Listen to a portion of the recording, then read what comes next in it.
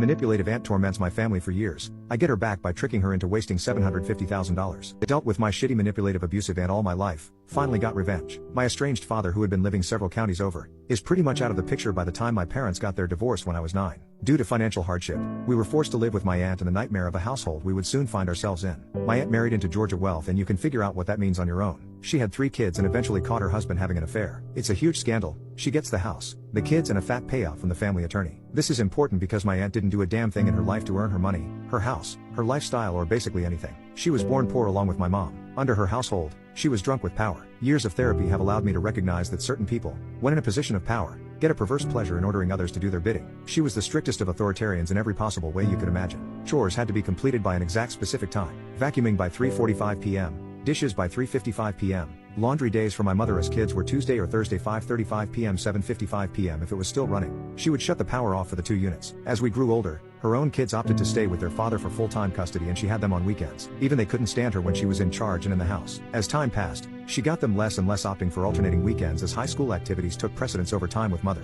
For my sister and I, the large 6-bedroom house was not ours for the taking. My mom had to pay rent as well as rent for 1 bedroom, as that was all she could afford on her salary. We had to share a bedroom until my 2nd year of HS. All the while there was 1 spare, unused bedroom available at all times. My aunt needed this for guests when they stayed over. Not one guest stayed there in the 10 years I was under that roof. Finally, the church we attended told my aunt to give up the spare bedroom so my sister can have her own room, as it was unhealthy for 2 teenagers sharing a room together like that. That infuriated my aunt because someone told her what to do in her own household. My sister and I got the brunt of her wrath. As my mom's salary was tapped out, my sister and I had to do extra chores like mowing the lawn, trimming the shrubs, and cleaning the pool, which we could no longer use without her being outside watching us. My aunt's behavior was becoming more and more outrageous and disconnected from society. For example, she had always snapped her fingers when she wanted to get someone's attention, but it was getting far more frequent, and she would blow up into a tirade if either my sister and I didn't obey. Her own kids tried repeatedly to tell her that the shit she was doing was wrong, but she wouldn't listen. Eventually they wanted nothing to do with her outside of the home. She was a tyrant there, and repeated intervention to get her to see the folly of her ways would fall on deaf ears. I had just graduated HS and started my first semester of community college. I'm 2 weeks into my classes attending from home when my aunt drops a bomb on me.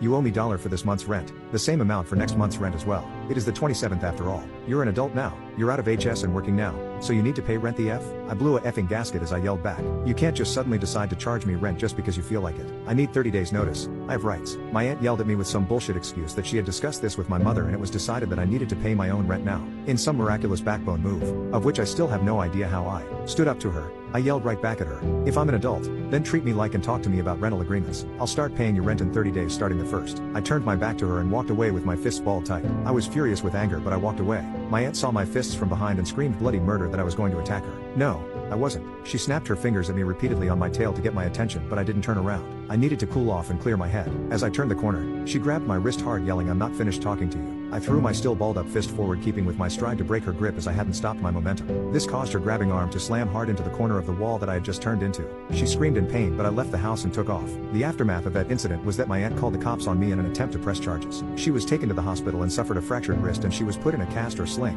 Don't know, as I never saw it and never inquired further. Her story changed every time she told the cops what happened, while my story was spot on every time. I can still recall that moment down to the smell in the house, where I was facing, the working and non-working light bulbs, etc., forever ingrained in me. I was kicked out of the house and I couldn't visit my sister or my mom there at the house again. Fine by me, as I didn't want to see my beach aunt ever again. While I have been able to forgive, not forget, my aunt for what she has done to me, I cannot forgive her for what she did to my mother. Kept her in financial hardship for a decade while she sat on a bank account full of cash and assets. Or what she did to my sister. Forced her to pay for damages because the water heater burst while my aunt and mother were away one weekend, leaving my sister at home. She didn't discover the flooded rooms for hours. My aunt's reasoning: it was her responsibility to watch the house, not the responsibility of the homeowner to maintain or replace the water heater before it goes. Let's leave that upfront $5,000 financial burden before the flood insurance kicks in on a 16-year-old girl. I've had little to no contact with my aunt since I was kicked out of the house nearly 2 decades ago. But I do keep in constant contact with my cousins. While I'm not going to divulge what I do for a living, I can say that I work with and for the government. I've worked my ass off getting to where I'm at today. I'm known for being truthful, wise, and giving good advice when asked. Because of this, I often talk financially with my cousins, all of whom are money smart and are doing well for themselves. They often then relay this information to their scheming mother, who has no mind for business and investments. All that money she got from her house sale,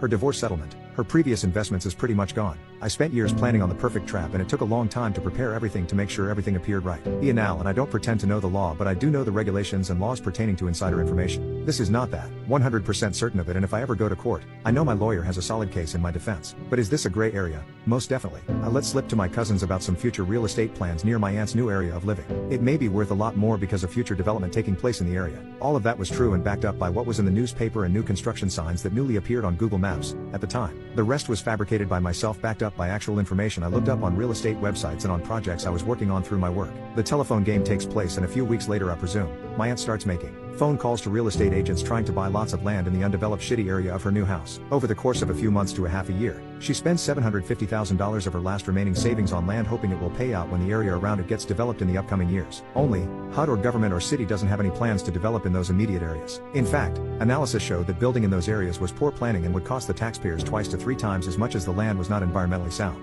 It was best to build 6 miles away. This post was long overdue because it's been over 2 years since my aunt purchased land that is basically worthless. See, she won't sell the land unless she gets at least the same price she paid for it because she's the owner of that land. Can't tell her what to do on her own land. Sweet karma strikes in a way I couldn't possibly have foreseen. My cousin informed me that the value of the land has decreased significantly because it's not environmentally sound to build anything commercial there, but it's zoned for commercial use. Currently 3 of the 4 blocks of land she purchased are just weed farms next to eyesore abandoned buildings or industrial complexes. Nobody can build on it, and nor does anyone want to buy it. Sucks to be her.